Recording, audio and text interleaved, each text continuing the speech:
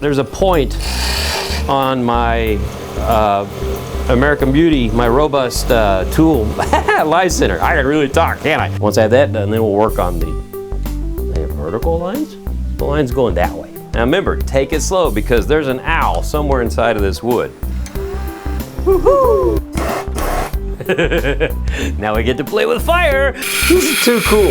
I can't remember the last time I've cut something like this has been this much fun. Hey Brian, what you doing? Take this, cover your eyes and watch out. You take this now and drop it. Now look at the floor. Oh my God, I hit an artery. This is shot all the way across to the bandsaw and I thought I'm gonna die.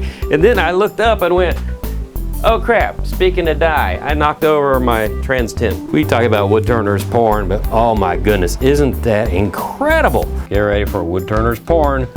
Dun, dun, dun. I wish I had that music. Ooh.